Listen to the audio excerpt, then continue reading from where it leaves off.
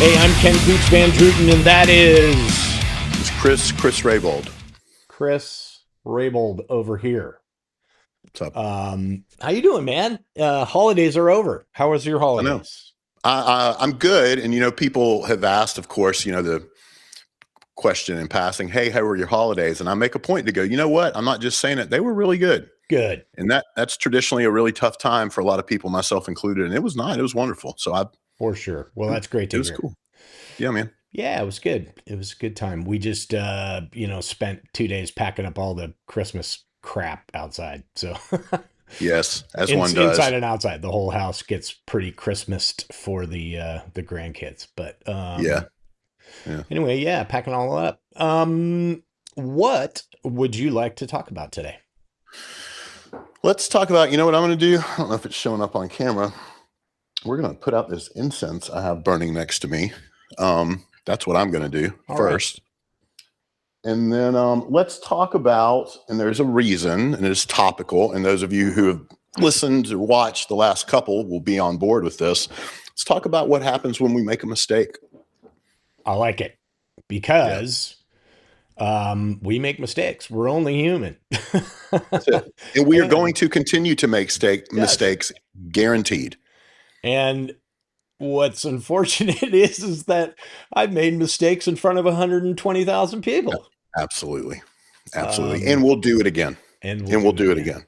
Yeah. I guess the real deal is how do you handle that? Like, what do you do when you do make a mistake? Mm-hmm.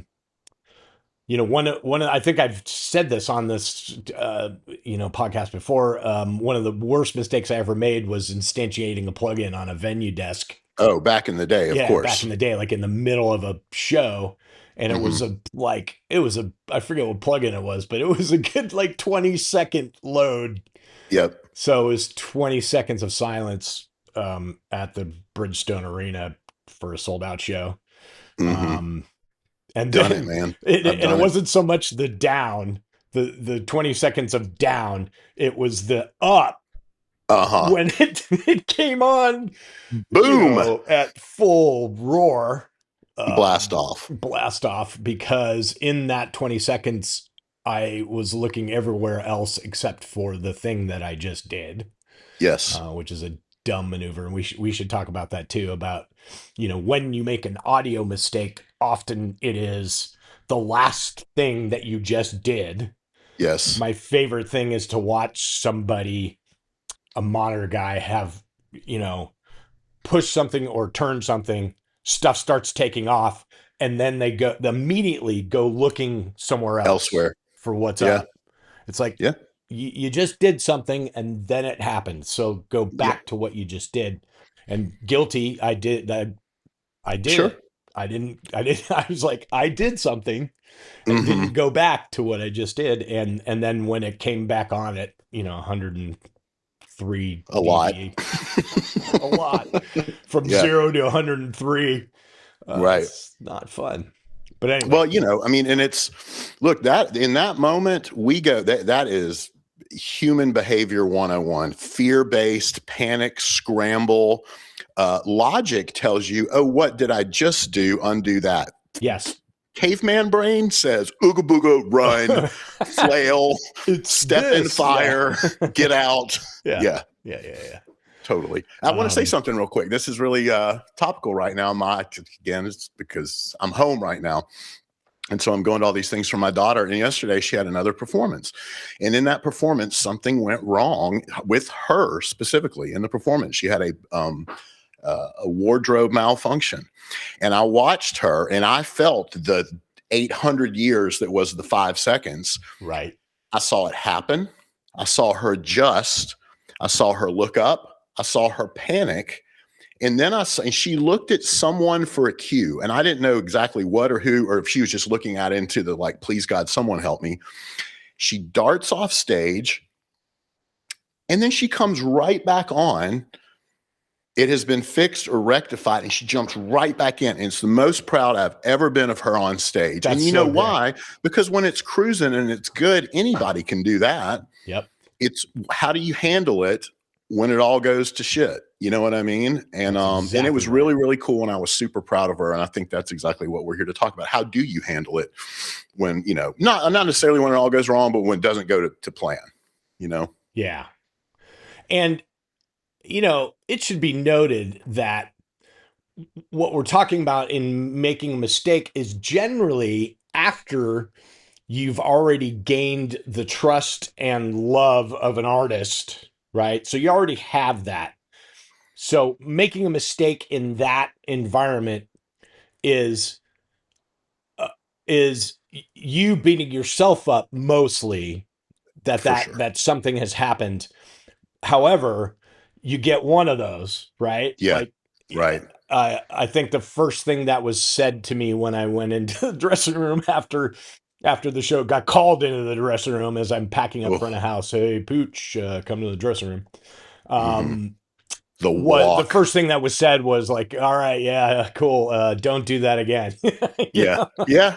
Which You is know, tongue in cheek and also real as real gets. real. Like they're not joking. No, they're Yeah. not. Yeah. So, Well, to lose that capital, that trust, is there's fear in that too. You yes. know, it's oh no, it's all gone. It all just eroded. That's very scary. You know. Yeah, so I guess what I wanted to say is just in the beginning of us talking about this, there's a big difference between making a mistake on the first day and That's making a good. mistake 2 months into the tour. You know, and that to me, for myself, is what makes the first few days the most terrifying. Yes. Is that I am doing everything around me to stay ahead of me not making a mistake. That's literally all I'm thinking about all the things that are happening around Hmm. me. Hmm. Or not even necessarily me making a mistake. I get it. Looking at gear over and over again, rechecking and checking and rechecking because I know if it fails, I'm done. Done. Right? First impressions are everything. It With really is. everyone, the story that is written for you is largely written initially early on. You Yeah. know, that's a great point, man. That's a Yeah. great point. And again, topical, as you know, and I'll tell everybody else, I am literally jumping on a plane tomorrow to start for at least a little bit, maybe for longer, is a real endeavor. Yeah. And oh, buddy, everything you're saying is on my mind. It's all Um, real. Yeah. and I have started envisioning and fantasizing about these early encounters with the artist, and I have to be real careful not to script it Yes. because I will lose the authenticity in the moment. I'll be like, oh shit, I didn't mean to say that. And it'll throw me off course. But what I am absolutely doing is shoring everything up so that I can act real in the moment, not act real, be real Yeah. in the moment so that these early interactions start building that capital, which is the trust you're talking about. I could not agree more. The beginning is the most harrowing of all. Yeah. So it, at least for me, like, I think that we all know, at least for me, we all know that, like, hey, I can do this job. Like, I can teach people how to do the job, right? Mhm. But it's the psychological part of this and also the musical sensibility part of all of this that is um in not in question. I don't know what to say about it, but in when you're first meeting an artist, first meeting people around you, all those kind of things, it's like, yeah, I know how to run this console, I know how to do these things, but what your brain is thinking is on a level of how do I negate all of the possible mistakes that could be happening around me?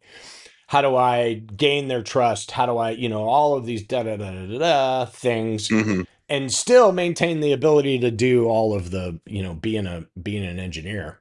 Because Yes, truly, for the first couple of days, for me, uh, I'm on a little bit on autopilot of the engineering part of this gig for sure.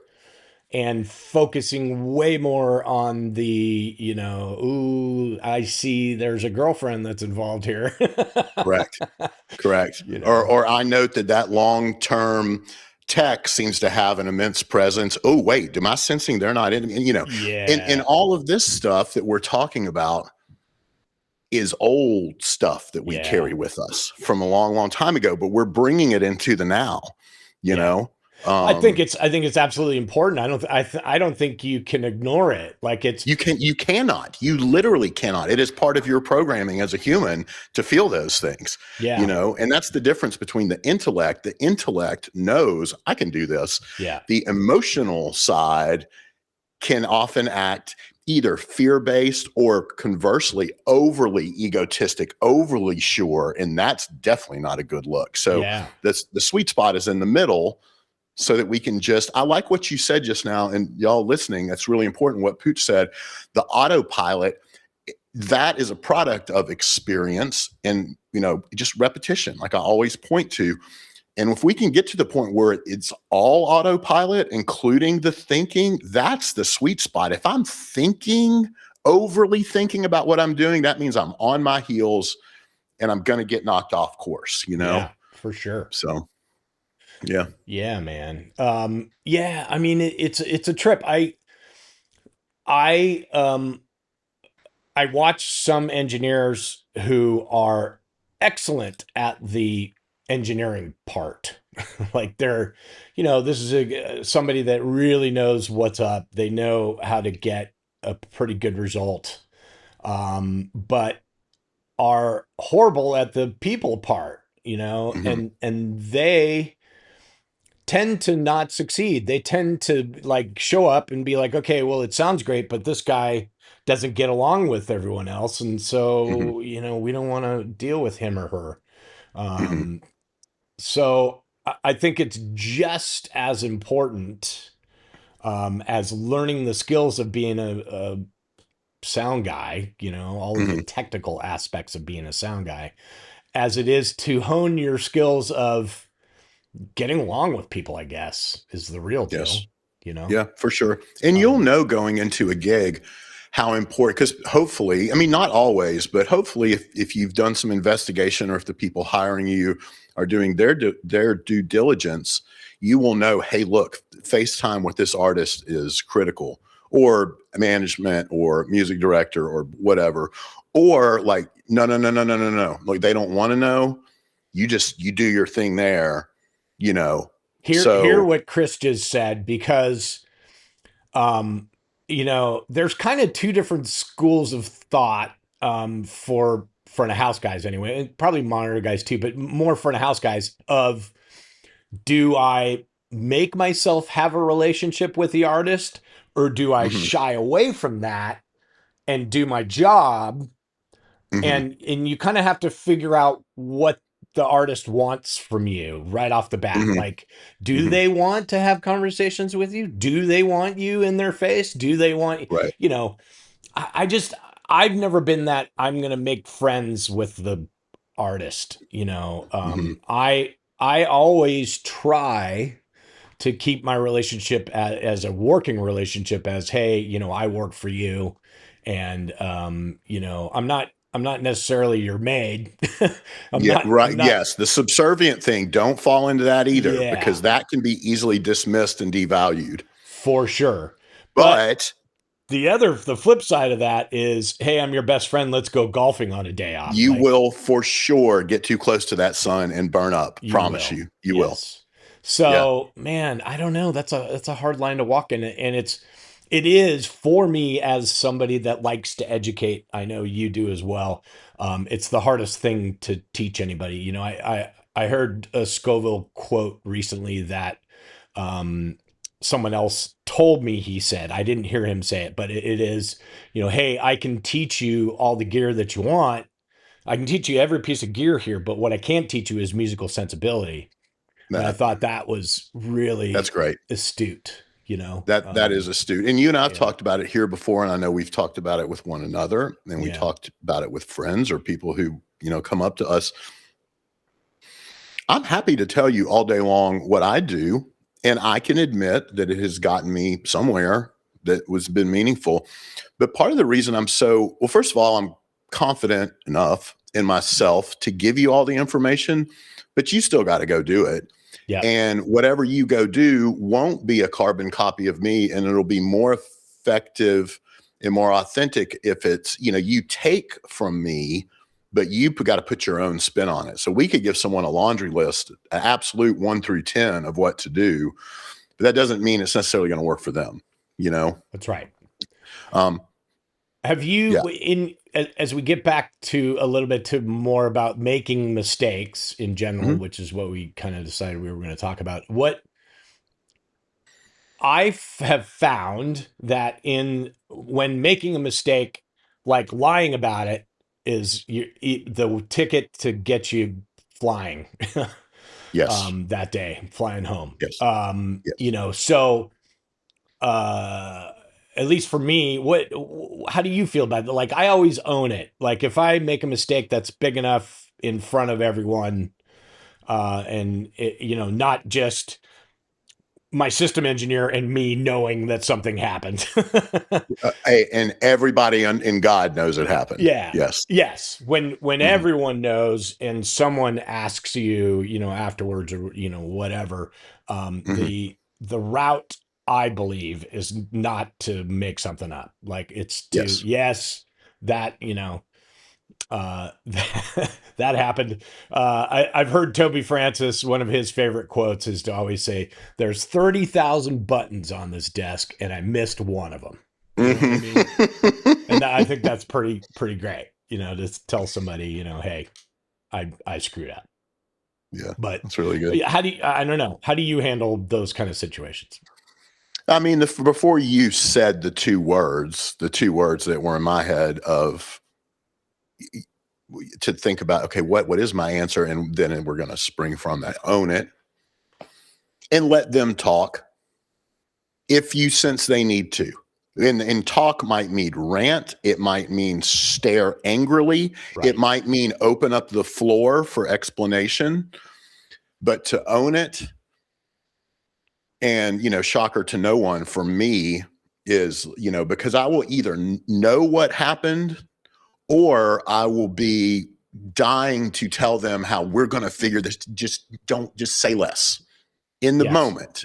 In the In the moment. moment. So for me, not to overtalk it is a big one, but of paramount importance is absolutely is that happened. That happened. And apologize if an apology feels necessary, Yeah. but watch that too. Watch that language too, that you don't paint yourself in a corner of, no, give me more, keep the flogging going. You know what I mean? Because that can be a dangerous power dynamic too that you don't want to open up to. I think the important thing is to own it, but own your mistake with confidence too. Yeah. You know what I mean? With integrity and with confidence. So I'll say that. Yeah, like specifically for yourself when you muted, and I've done that too, or did that back in the day on the Avid or the DigiDesign at the time, when it loads, instantiates a plugin or a whole file and it takes forever to come back. And that has burned me so much so that even on systems now, I know I can move plugins around in real time or add them. I still do it so gun shy because I'm scarred. But for yourself, when that happened, like if to the best of your recollection, what did that conversation look like? If you can remember. Can you remember? Yeah. So, I just wanted to say that often I can't think of a time. My response to something like that happening is not really a saying I'm sorry. More times it's me saying that won't ever happen again. I There you go. promise you. That's a stronger way. Yeah, That's I promise stronger. you that's Correct. never going to happen again. That was a mistake and it won't happen again.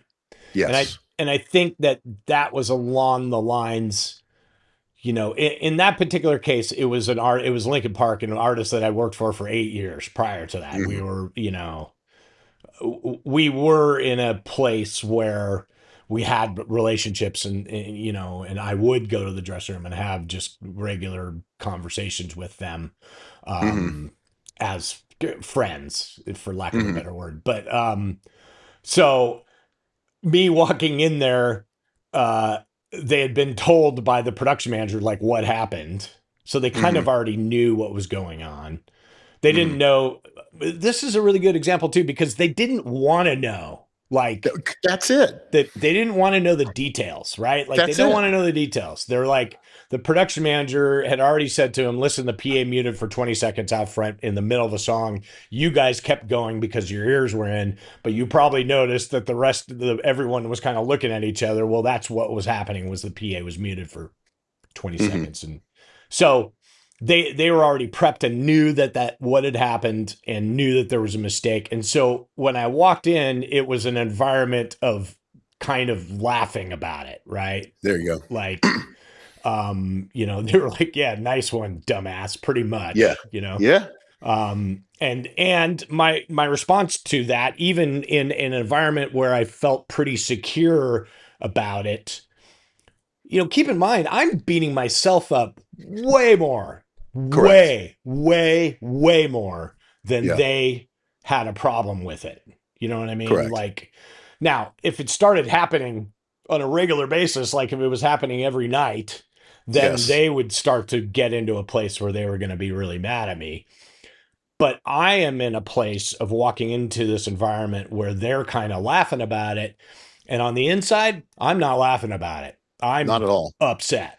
I'm like, I cannot believe that I cannot believe I did that, and it's like, everyone makes mistakes, but it's also what you learn from that and what you do from that experience, and so my response to them was, this will never happen again. I guarantee it, because I'm already, I'm already making sure it's never going to happen again, to me. And I'm sure in that instance too, because of your tenure there, they also know you, and they knew this guy's integrity is such that he's beating him. This won't but they're going to have the conversation, They were letting me off the hook because they knew I was beating myself up. Yeah. Yeah. You know what's so interesting, and a couple things are coming about in my brain, but I remember specifically a few years ago on a Beyonce thing, and it was at the end of a very, very long day, and I think we'd done a couple run-throughs or something, and we all go in for the note-taking part of the thing. And typically with audio, typically in that world, in her camp, it's largely the visual that's discussed. And it might go on for hours, and you could be just, if you are hang through it, you could be sitting there for hours. Usually audio notes are few and far between, but you're waiting for your moment, or you literally just sit there the whole time and they don't come until later.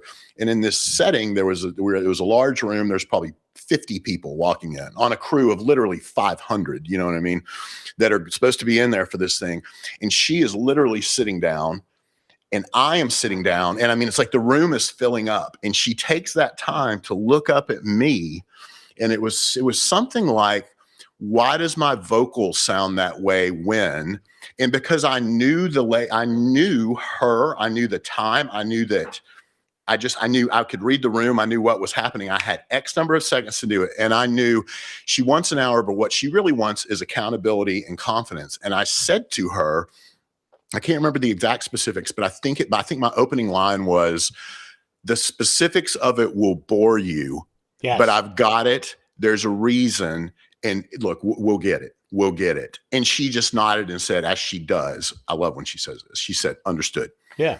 And if she really wanted to know, she would have said, well, no, I really want to know. And all 50 of those people would have sat there, deer in headlights, watching me have to do it. But she did not. I mean, she would have taken that time. She knew, no, he means that. And I really did. I knew. I'm like, she doesn't. And I'll tell you guys, most people, the second you start sound nerding out and talking about coverage and polarity, goodbye. You can watch them glaze over. Like, watch them glaze over. They like don't care. Yeah. They don't care. Now I got to tell you, now I'm getting ready to hit the road tomorrow and start something for a little bit. And people are kind of, they're giving me some insight. And interestingly, because what we're talking about, like, they don't want to know, less is more, just be confident, own it. That's so heavy on my mind. I have been told, look, this person is okay with a yes or no, but they do want to know. And it is the single most important thing anyone has told me yet walking into this gig. Yeah, absolutely. That is so different than what most people want. Yeah. It's the norm. That in fact, that is their version of understanding, processing, safety, whatever it might be. And I have thanked two different people have told me that, and I've thanked both of them. Man, that's insane. Endlessly. Whoever told you that is your friend. Absolutely. And that's why I was saying, you know, I'm envisioning these now that I know that, how do I not over explain? You know, how do I temper it? You know what I mean? Because with this person, there's going to be the initial meet and greet and all the things. And yes, there will be mistakes. You know what I'm saying? There will be mistakes. So I'm working on the foundational aspect of the relationship. But back to the topic, you know, owning it, y'all. Owning it for sure. Knowing how much to say, when, how much to let them say, you know, and then what it looks like moving forward, including getting out of that dressing room in the moment, you know? Yes. Whether it's with a joke, whether if it's with just a really cool, like, all right, y'all, you know, like, what is that? Is it self-serving? Are you like, oh, I'm out of here. Whap, whap. Right. Don't do that. Don't look too like, you know, don't make it too much of a joke. Like, oh, dumb me. Do not do that. Do not do that, you know? So, yeah. Mm-hmm. Well, and also it should be said, and I think all you guys that watch this can, you know, can understand that we as engineers, you know, Chris and I are doing everything possible to mitigate mistakes, right? Mm-hmm. So I'm not sure if it was the last one that we were talking about, like, you know, working on files before you show up to the thing. You know, the reason we do all those things, the reason that we spend hours and hours working on a console file before we show up somewhere is to mitigate any sort of, you know, making mistakes in a row. If all those things are in place, my mind doesn't have to be on that. And statistically, there is less chance you will make the mistakes. You're just creating a safer path to move forward, and particularly in a creative endeavor where that path forward isn't really a known path. It's not go from step one to step two. It's art, you know? So if we can do things to make it a clear path, that opens us up to really be creative and to respond, and not overthink it. You know what I mean? Yeah. I was trying to think about the last pretty big mistake.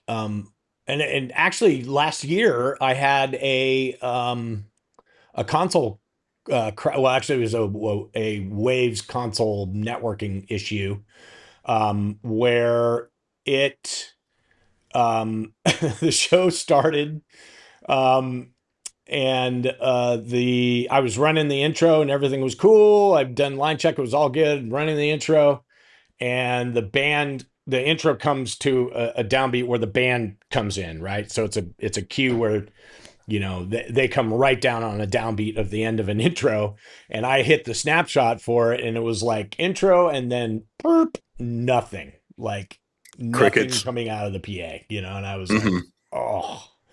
And what it ended up being, you know, for you audio nerds was a in that time period that I had gone from intro to whatever, and prior to my checks, in that small moment, whatever was happening network wise just had a day of crashing, and didn't work. And so that was, you know, however long it takes to reload a wave session and a and a console. Yes, which is markedly faster than it used to be. Yes. And involves far fewer restarts, because even that used to be more than a second. You know what I mean? Yeah.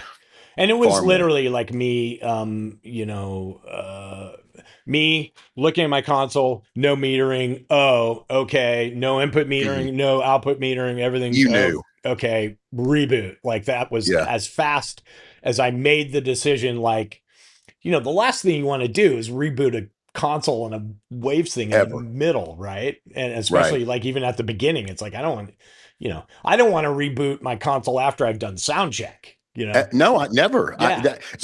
During rehearsals, I'll stay powered up as long as I Yes. possibly can because just don't touch. I mean, Don't again, touch I'm it. always saying It's working. Everything's great. full disclosure, y'all. Before we start this one, Pooch and I are troubleshooting it, and we're both using our big old audio brains, and we know what is this expected behavior. And in the end, the fix was like, we'll just turn it off and turn it back on again. Yeah. And that doesn't make either of us feel good because back to the last episode, we don't know the why. Yeah. But that was the fix. And so right now, guess what we're rolling with? What we just settled on. You know what I mean? Here's one, and everyone in the modern era that uses digital consoles will know this. There is nothing worse than realizing the Grim Reaper is looking around the corner at you when meters start freezing, getting glitchy, screens don't. You're like, oh boy, oh boy, oh boy, it's coming. It's coming. And it doesn't always happen, but that is the harbinger of death, those little glitchy things, and in those moments, what do? You could stop it all. I mean, the move, I will tell you, for me, is just keep rolling with it until it happens. Keep going until it implodes. Yeah. Or not, or stays the course. But oh man, is that's stress. That's stress, Yeah, for real. Yeah. A few years back, there was, I hate to keep harping on waves, but there was a year where whatever version they had was not playing well with Digico or with a Q7. Oh, that year? Yeah. That one? Yeah, right. Well, it was a particular software version of both, right? Like it was a perfect storm if you had this Digico software version and this Waves version. They didn't play well together. And there wasn't a fix for it from either manufacturer for like 5 months or something. You know what I mean? It was like you had to roll with it that way for 5 months. And Tater and I were having daily issues, daily crashes, and spending 5 months getting through a show where all you can think about is my gear gonna fail? Like, that is wear and tear on your life. After about 2 months of that, I was like, I'm selling all my gear. Yep. I don't want to be responsible for, not having a show because my gear's not operational. I want to make it someone else's fault, not mine. That's something, when you own your own gear and you're providing it for a thing, you're responsible for $1 million show, right? And if it's your gear that is the reason that they can't have a show, man, that's a lot. And so that is a lot. After 2 months of that, I was realizing that it was taking a toll on me where I was making more mistakes because my brain was focused on gear, right? The best case scenario for us as engineers is when the gear is not even a thing, right? It's like you're not focused on all the networking that's happening around you. You are intently listening on what's happening, and the changes that you're making are not you thinking, how do I make that change with the piece of gear? You just make the change, right? That is higher level of thinking and operation. And that is when I'm at my best, when I don't have to think about any of that stuff. That's it. That's, not to get too woo, but very much that is flow state type stuff where you're just moving. I love watching downhill skiing because that to me, is the epitome of what we're talking about. That has to be nothing but learned execution through repetition and nothing but breathing and doing, because the second you extreme mountain biking, whatever, all of it, race car driving, any of it. Yeah. The second you start thinking promise you, you're going to wobble. And once you wobble, you are going to crash and potentially die. You know what I'm saying? Like, Totally. that's extreme, but it is very, very similar. It is very similar. And the worst case for us as engineers is when you don't trust your gear and you spend 70% of your brain power just looking, checking, scanning, making sure, okay, everything looks like it's green. Ooh, I just saw a glitch in that meter. Oh no, we're going to have a crash. And yes, all of that happening means I'm not listening. I'm not listening. Or to the degree that and if I'm scared, if I'm afraid to make a move, because if I go to that plugin or that encoder or that screen, that might risk it all going up in flames. That's a fearful play. Yes. You lose it. You're not in it. You know, I will say these things happen though on the reg, and everyone listening to this more or less to whatever they're I'm sure has had that experience. Yeah. Has had it, and how we navigate it. And you know, y'all, I reserve the right to be deeply, deeply affected by my mistakes, but it is largely how I'm handling them in real time that matters. In other words, I can be going, oh shit, oh shit, oh shit, oh shit. But the in the now better quickly. I mean, you said it yourself. When you muted it, you looked everywhere else, but you came back. Yes. You came back. No, I knew. You knew in time. I knew. I was like, oh, shit. I know what I did. And that space and time was 5 seconds. It felt like it's never as long as it feels. No, yeah. It felt like 14 minutes, but it was 5 seconds of me going, and then going, oh crap. I instantiated a plugin and then looking at the screen and watching it go burp. And I'm going, there's nothing I can do. I have to wait. Yes. Till this thing comes back, you know. And even that wisdom man, Pooch, that's brilliant. Even that wisdom to go, the fix is one that requires time. I have to wait. So while I'm waiting, don't click that button 30 times. Yes. In fact, definitely don't touch it again. It knows you clicked it.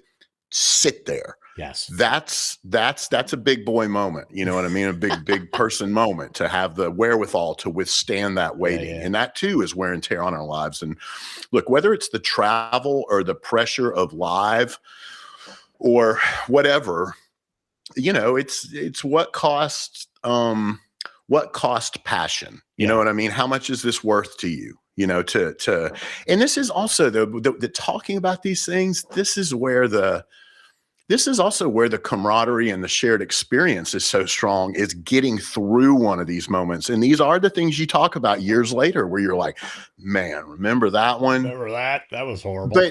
But you make it through. You do, you know? Yeah. Yeah. Or you choose to just like, hey, this isn't worth it to me. I'm going to be over here. Yes. Y'all do that. Yes. Peace, you know?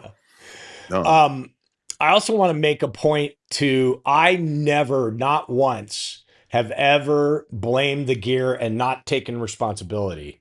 Like I've never walked in when something has broken and it's really a gear problem, a piece of gear has failed.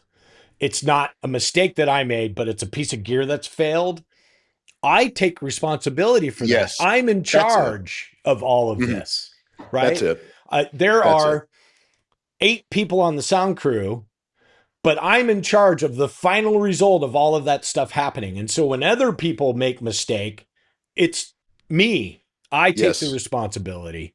Or when gear breaks, I take the responsibility. Never, ever have I walked into a dressing room and said, well, you know, my system engineer, that's the worst look ever. And it will register as such to them. Like, you know, the answer to those kind of things are what we talked about before, which is, you know, that won't ever happen again. I know what went wrong. You probably don't want to know what's going on, but I'm just telling you, I do know what happened and it's not going to happen again. It's not going to happen again. You know, I've got a good one.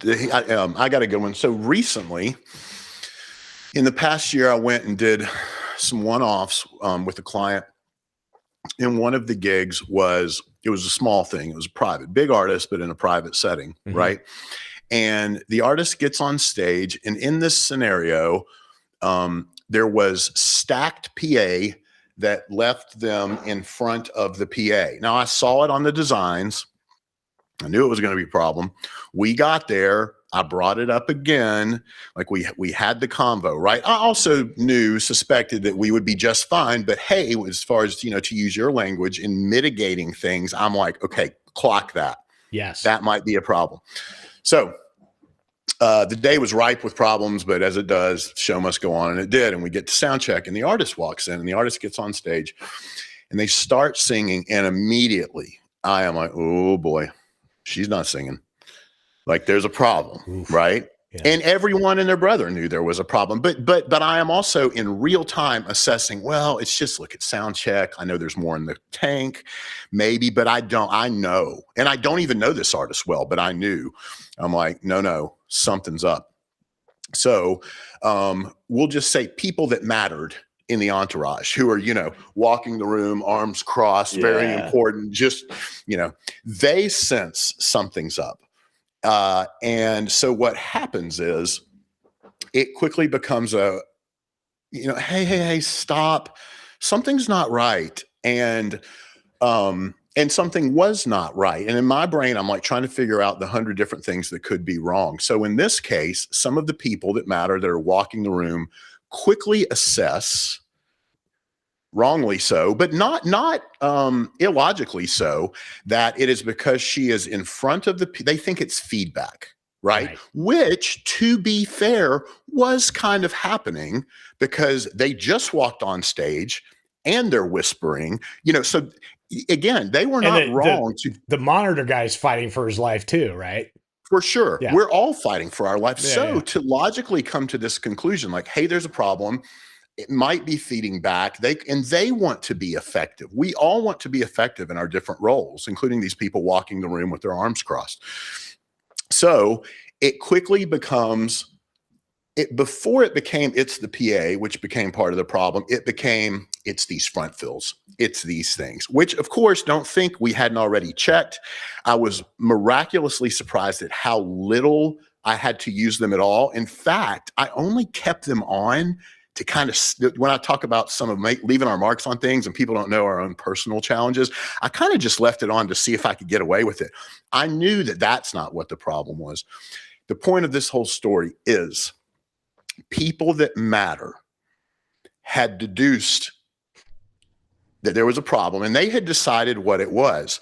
While this is happening, it quickly comes out through talkback and some other stuff that the problem is something else. It was a tune thing, an auto-tune thing in their ears, right? But because there's this belief that the problem is something else, even though I was told that PA can't move, the artists and the people that matter see the PA get wiggled forward. I tell the guy, I'm like, unplug those front fills right now. They're muted, but unplug them. They go up there and unplug them. And again, it's a small venue, so I can get there myself. And I'm like, nah, that ain't it. Because they're unplugged doesn't mean shit to these people walking around. I'm like, went up there with someone. I'm like, take it off the stage. Make the visual go away. So while all of this is happening, the real problem is being rectified off to the side. I am encountering or engaging with the artists and the people that matter going, yep, we're on it. Yep, no, we're going to turn them all up. So at the end of the day, it was rectified. The problem was dealt with. All they saw me do was own it. And as far as they know, they helped fix it. And I never went back and went, hey, that thing, you weren't right. I didn't say anything. That was not at all what it was. It wasn't. And that is real. And that is, I look at, this is what I'm talking about. The camaraderie, the really horrible stuff can make for a good story later. And you're proud when you get through it. In the moment that I enjoy that, no. But that's what I owned it. Bottom line, period. I owned it. And all that mattered was that it got fixed. Absolutely. And there, you bring a really good point up about the audio is visual too sometimes. Big time. And especially as far as having an experience with people that matter, it's like if you can put them in a situation, which was amazing, what you did, where they think they were part of the solution, I made you, it a positive. you have ingrained in them that you are a guy that listens to them, Hmm. right? You're someone that acts on issues. And when they say something to you, you're going to hop, you're going to jump. Sure. That's what their impression of what Yeah. happened there, Yes. which is not what happened, but it doesn't matter. No. You've elevated yourself a couple of steps up the ladder Hmm. in just a few moments of them thinking that they're involved in what's happening. So very And I smart. will tell you, those interactions, those people were largely new to me. And truth be told, I didn't game the system. I didn't trick them. Right. They do matter. Yeah. I did listen, and I recognize where there was, look, no matter what, we got to fix what's wrong. Yeah. But if we can make a positive out of it by like building further trust, why wouldn't you? You Yeah. know what I mean? So there you go. Yeah.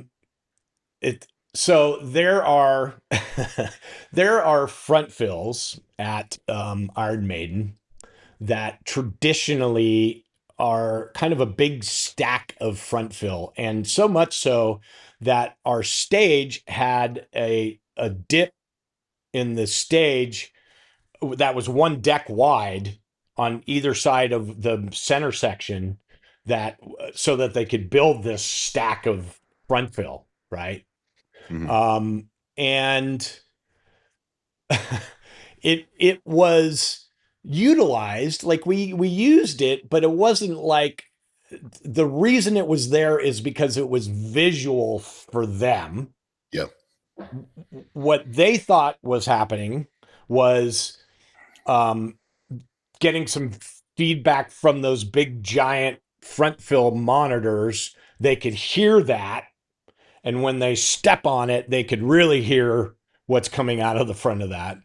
Hmm. But secretly, here in our little audio nerd club, Yeah. we Circle of all trust. know that that's Hmm. not happening. Like, That's not what's it's happening. an 80-degree thing that is, there's nothing coming backwards in No, that it's a box. laser beam. It's all going forwards. Hmm. And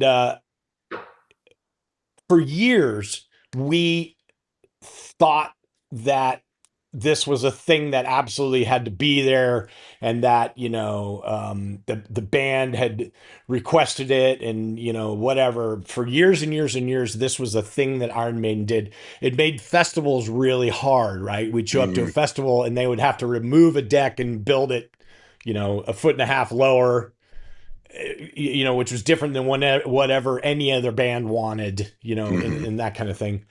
And one year we found the right moment, or I found the right moment to go have a conversation with them about those, Hmm. and say to them, like, that's not really what's happening. You know, Hmm. you're getting, you're probably hearing more if you walk past your side fills on a stream deck Hmm. out way out there. You're probably going to hear some more front fill than you are, in front of those. And surprisingly, the response was like, okay, cool, get rid of them.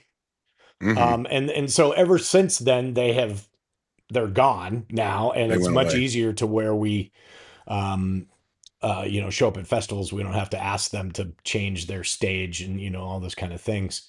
Um, but that, not in the lines of a mistake. There's no mistake in any of that. It's just the having a conversation and being real about what's happening, Hmm. without saying to them, like, they didn't want to know really No. why. Right. uh, but there was me explaining to them how difficult it was on a daily basis for us to tell festival stages that they had to do that, and the results that they were getting was not what they thought they were getting out of that. Hmm. And we ended up with that going away, and there still being front fill there, but not now on the deck or whatever, or just below the lip.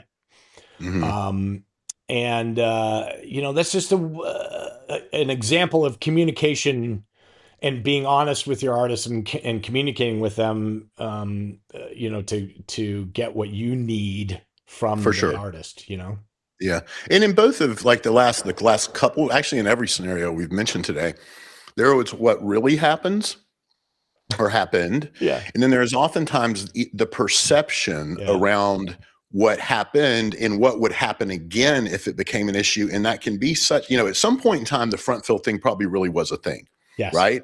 So then it became this doctrine of we have Yes. to, because we can't risk them feeling a certain way. Yes. And then the perception becomes bigger than the reality. And then when you finally address it, if it's handled the right way, You they're realize that it receptive. was not what you thought it was. Right. Or like how many times are we, it becomes this thing like, don't change it. Don't let them see you change it. And then you change it and they're like, huh? Oh, I didn't even notice, Yeah, totally. and that, But I mean, man, it's just, listen, that could have gone horribly wrong, right? Like I it could have could walked have. in there. I was really kind of going out on a limb there in order to help out production and carpenters and, because everyone involved in this situation, it was a difficult thing that happened every single day. It was Yes. And then always you're a you're problem. that guy as Yeah. a tour. Oh, they're coming through. They need us to tear our stage up. And this is something we're talking about relationships throughout the course of this conversation, but with relationships with those production people, we will see them again. I'm sure Oh, I've said yeah. this on this show. That was Yeah. explained to me early on with stagehands, like, hey, speak from a place of authority, speak with I keep using the word integrity, but speak with confidence, speak firmly, but don't talk down to these people, because No. we will see them again. And conversely, you will see those stage people again. Yeah. Yeah. Yeah. And Yeah. but to do it is a risk, and largely in a leadership position, which mixing is, whether you want that or not, you're going to have to decide. I can't remember the phrase. Surely to God, I've said it on this show before, but it's like, doesn't need to be said by me. Doesn't need to be said by me right now. And I forget the rest of it, which basically all equals. Does it need to be said at all? Yeah. Do I Yeah. Yeah. really need to take this on? Because there is the risk that it's going to work poorly, Yes. you know? Yes. So Yeah. ask And, yourself I that mean, before you engage. it was one of those situations where, it had come to a head. We'd been doing it for years. Everybody that's involved in it was complaining about it, like, oh, this is a pain in the head. And I said, you know what? I'm going to go have a real conversation with them and see what they Hmm. say. And Yeah. I'm going to try to make this go away. And Yeah. it was a gamble, right? Like it could have gone horribly wrong. I could have walked in and Hmm. they've been like, what are you talking about? Those things are important to us and da, da, da. And Hmm. and I would have backed out of it, right? I would have been, oh, okay, cool. Then we'll just, we won't. Yeah.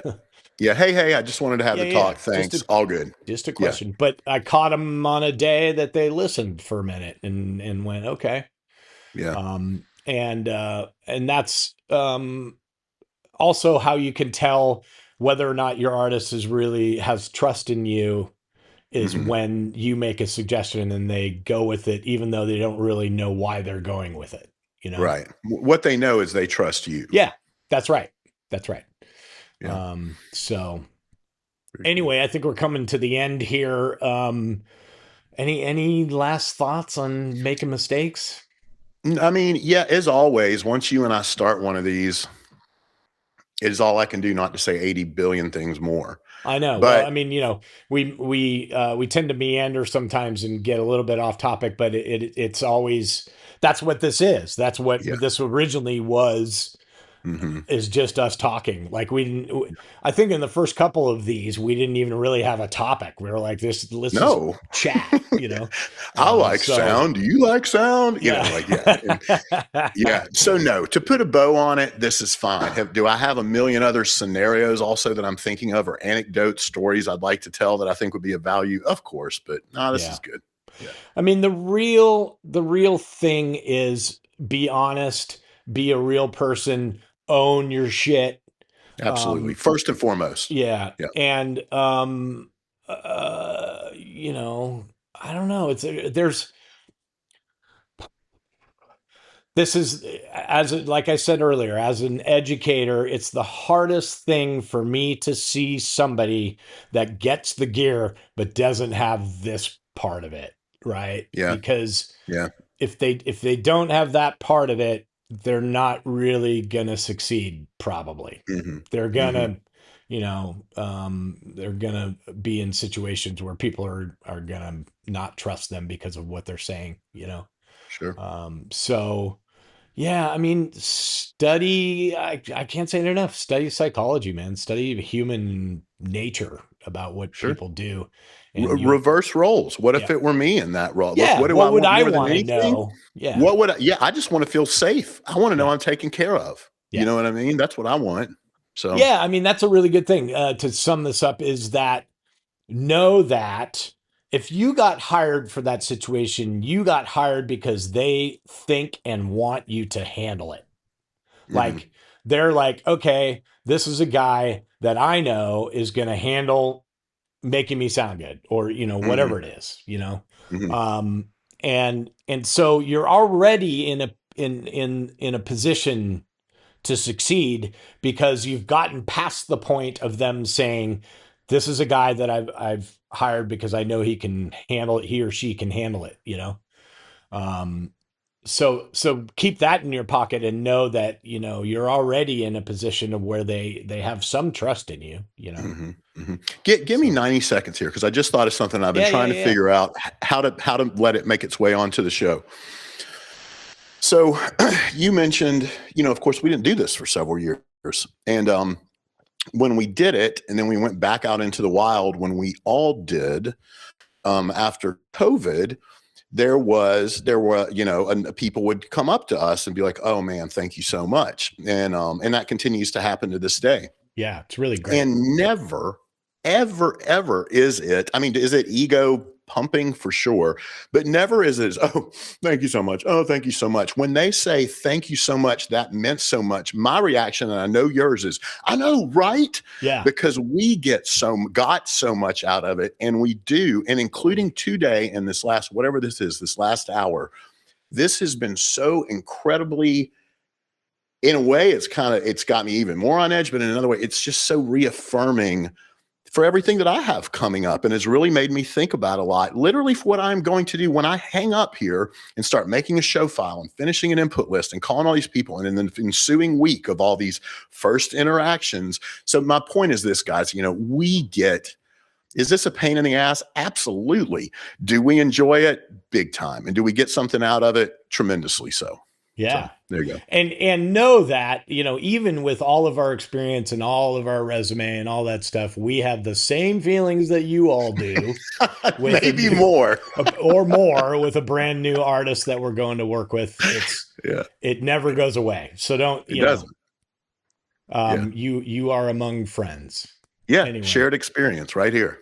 thanks for tuning in, guys, and we really appreciate it. We're having fun doing this, and we're gonna try to keep doing this on a semi-regular basis so that we can, because we do enjoy it so much. We missed it for a couple of years there, so hopefully, you guys continue to tune in. So, thanks for coming, and we'll see you soon.